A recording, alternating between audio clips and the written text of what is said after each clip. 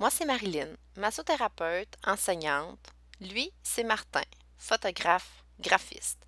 Mais on est tous les deux marins dans l'âme. Nos étés en général ressemblent à ça. On s'occupe d'un groupe de jeunes de 12 à 18 ans et on leur apprend les rudiments de la navigation. «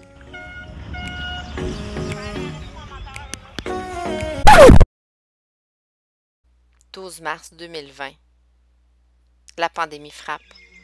On essaie de garder le moral. On se fait des petits plaisirs de la vie quand même. On revoit notre routine quotidienne parce qu'on est à la maison, en quarantaine. On va marcher quand même, on a le droit. On le fait beaucoup. On se met à la cuisine, beignes, pain et même sirop d'érable. La cabane à sucre est ouverte. On en profite pour visiter notre ville déserte et on compte beaucoup sur notre abonnement du Village des Sports pour passer un été au soleil. Mais il manque quelque chose. Martin se met à zioter sur les réseaux sociaux et voit que le marché des voiliers est très effervescent. Et pourquoi pas? On a toujours rêvé d'avoir un voilier, c'est le bon moment. Étape numéro 1, ça nous prend une marina parce que tout le monde sait qu'on doit avoir une place avant d'acheter un voilier. Port de Québec, Parc Nautique Lévis, Yacht Club de Québec et Marina de la Chaudière. Elles peuvent toutes nous accueillir, sauf la Marina de la Chaudière.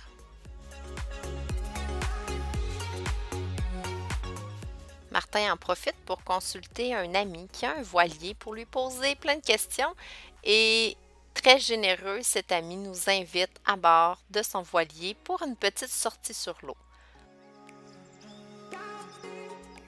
Le reste déboule à une vitesse grand V.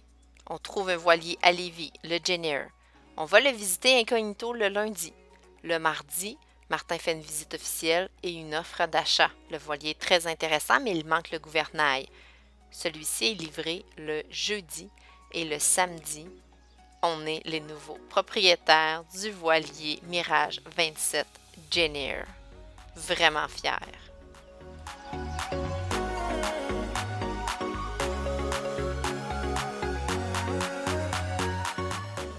On n'est pas les premiers propriétaires, mais on va assurément changer son nom.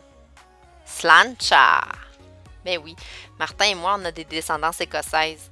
C'est sûr qu'on allait le renommer avec un nom à consonance écossaise. Slancha veut dire santé en gaélique.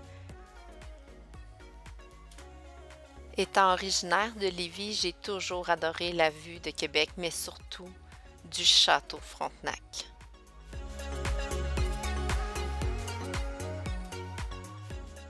Mon beau château, roi de Québec, j'aime ta parure. Comme tu es beau, toi mon château, quand je suis sur l'eau, je te dis allô. Enfin, après avoir pris du galon avec l'utilisation du SPI qui n'avait pas été hissé depuis plus de 15 ans et après avoir mouillé l'encre qui n'avait pas été mouillée depuis plus de 5 ans, nous avons préparé notre première escapade vers l'archipel de l'île aux Grues. Nous étions habités à la fois par l'excitation, mais aussi le tract. C'est avec la marée du matin que nous avons appareillé avant même que le soleil ne se lève pour suivre le chenal des grands voiliers vers notre première vraie destination de l'été, l'archipel de l'île aux Grues. Comme son nom l'indique, elle abrite l'île aux Grues, mais aussi la fameuse grosse île, l'île de la Quarantaine, ainsi que la moins connue île Madame.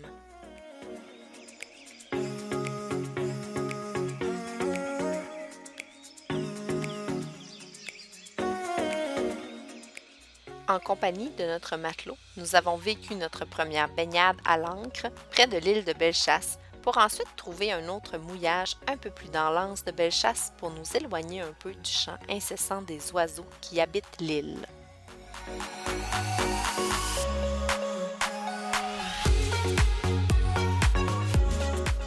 Notre été sur la Slancha, c'est aussi des amis qui, l'espace de quelques heures, furent des membres d'équipage à nos côtés.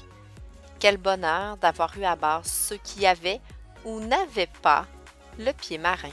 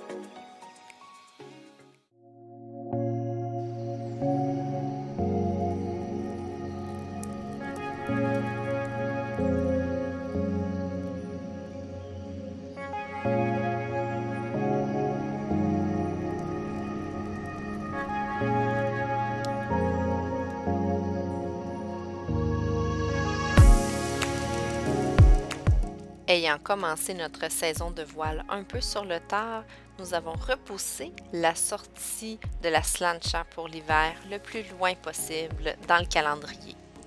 Peu importe le port de la tuque qui devint une partie primordiale de la tenue du jour, la vue imprenable sur les feuilles d'automne en valait la peine.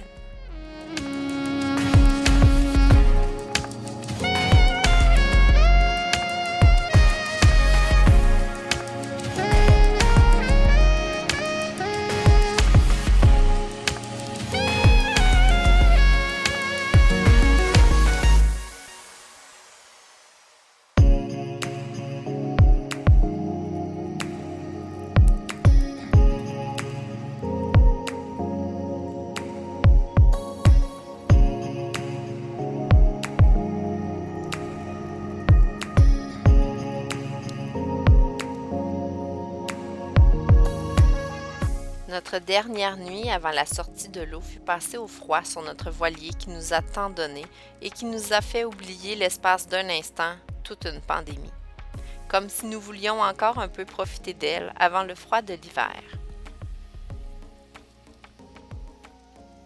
Nous sommes retournés au parc nautique Lévis pour la visiter et s'assurer qu'elle était en bonne condition.